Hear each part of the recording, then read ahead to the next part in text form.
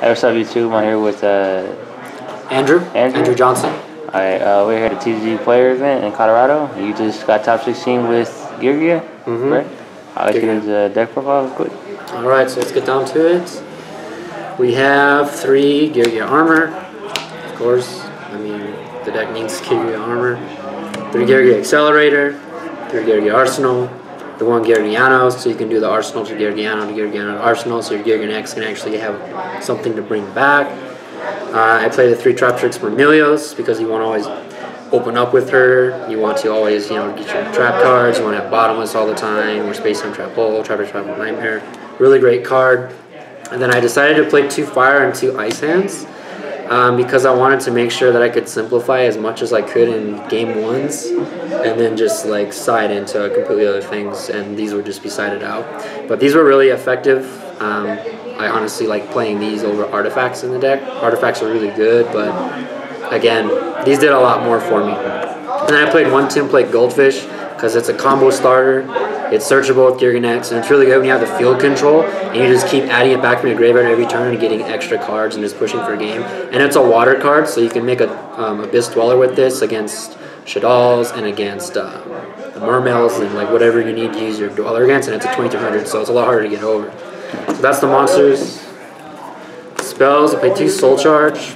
It's an amazing card, instigates a lot of combos, helps you bait out back row, and then you get a plus off of it. So Soul Charge is a great card. I played 2 Mystical Space Typhoon in the main board.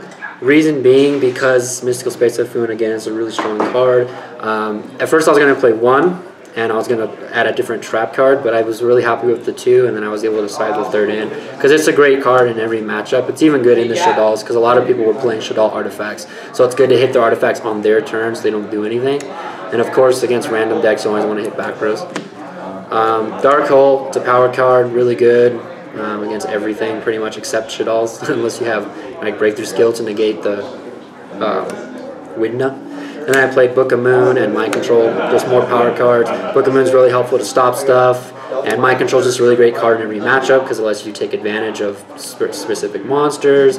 It stops like the flip effects for things. If you get a level 4, it's even better. If you get a hand, it's really good. And it's also really good just taking like Geargia armor if you play the mirror match. It's like a win. And then I played 3 Fiendish Chain in the deck. It's a great card to, again, stop attacks, stop problem cards. Again, everyone knows what Fiendish Chain is good for. I played 1 7 Tools and 1 Wiretap. Reason being was 7 Tools is really strong against actually like sending stuff to the graveyard. I know Wiretap sends stuff back to the deck. 7 Tools wasn't good against Shaddolls, obviously. I would slide it out for another card.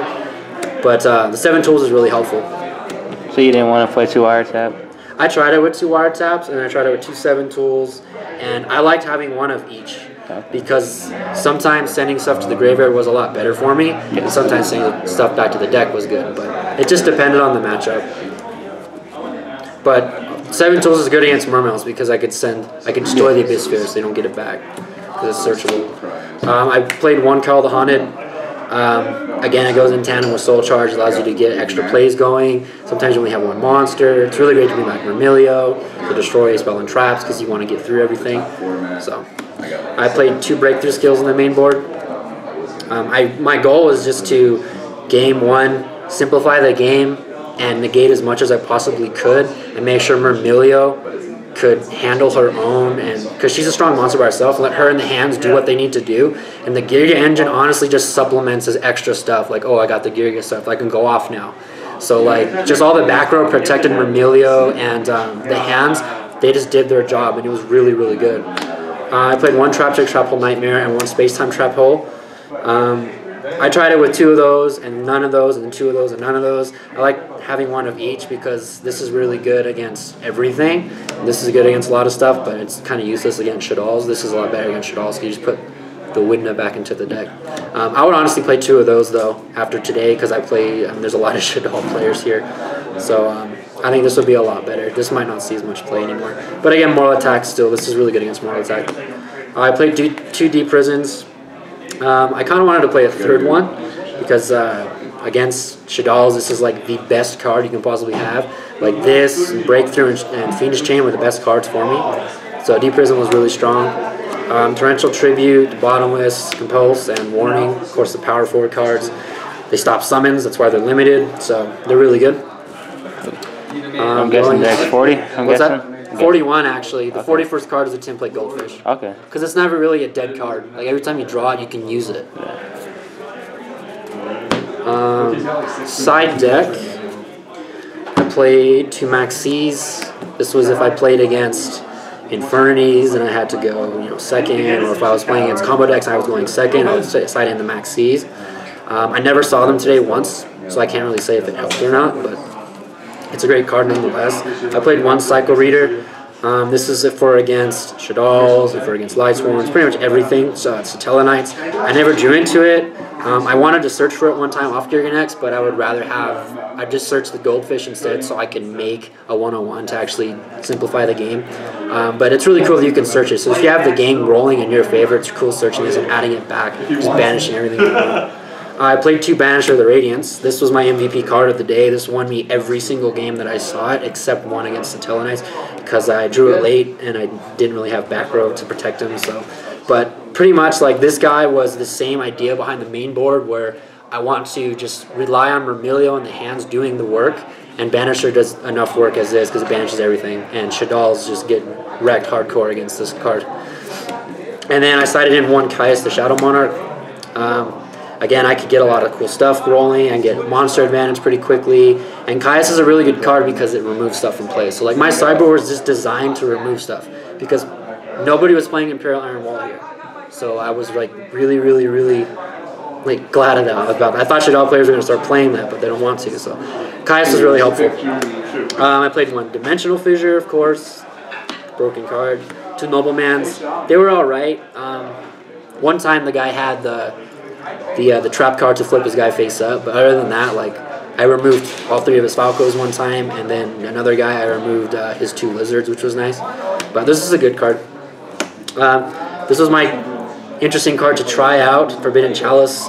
It helped. It won me my game in round 1 actually. In games 2 and 3 I won because of Chalice, because I was able to just attack, modify, and attack into stuff, and use it to negate Falco in the damage step, and negate the guy that draws in the damage step. It was a really helpful card against the Shaddolls. And then I played the 3rd Space Typhoon, sided in against a lot of stuff. I played 1 Black Horn for Infernities, Needle Stealing for Infernities, and then Macro Cosmos, just because it's a really good card when you're going first. Extra deck, I played 3 Guggen X. He's the meat and potatoes of the extra deck. He allows you to gain access to all your stuff. Played 1 Diamond Dire Wolf. It's a great card to help simplify the game. 1 101. 1 Karn Gorgon. It's a really great card when you have a field presence, and especially to like cover your macro, cover your D-Fissure, cover your Banisher. 1 Black Ship of Corn, really great card again to simplify the game, to get like cards in defense to miss timing, or to burn damage, or to get cards to not activate their effects because they're not destroyed. So Black Ship of Corn was really good. Sky Blaster is an amazing card. Sending stuff back to the deck's really good, especially against Infernities. Ragnar Zero is good against, I guess, if people play any attack modifier decks. I blotted out against Infernities today, and I killed all of his Archfiends with this. I played 2 Dwellers because I want to make sure that I could stop Shaddol plays. So this was really good because I was able to use it with the template Goldfish to make it 22, so they couldn't attack over it. So they're really strong. Played 1 Cowboy for the attack game. 1 Rhapsody and Berserk. This won me my game against my Dark World match. I removed his Grapha and his Brow, so he couldn't use his field spell. And of course, like equipping to your guy is really good. It's also a nice body in like time, so he's cool. My Stroke, again, it's a body in time. They have to kill it 3 times. I played Pauper Operative because I couldn't get an Exciton Knight for today, and I actually lost the game today because I didn't have Exciton Knight. So this was like the only other Exceed I thought of that would be actually useful in a way. But that was the deck. So it performed really well. I enjoyed it. I would probably just play it one of the new decks. I would probably build Satella Knights. It's really cool. That was my 2nd loss of the day, was against Satella Knights. It just gets its stuff rolling really like quickly. It has a lot of special summoning going on. It's got Wolf Barks. When you play Trap Trick Engine, you have extra Wolf Barks, so it's really cool. And their Exceed is broken. 3 destruction cards is really good. So yeah, that was the deck. It was really fun. It did really good for what it was supposed to do. The goal was to just banish cards, and it did its job. So. Alright, cool. Thanks for that, man. Anytime. Cool.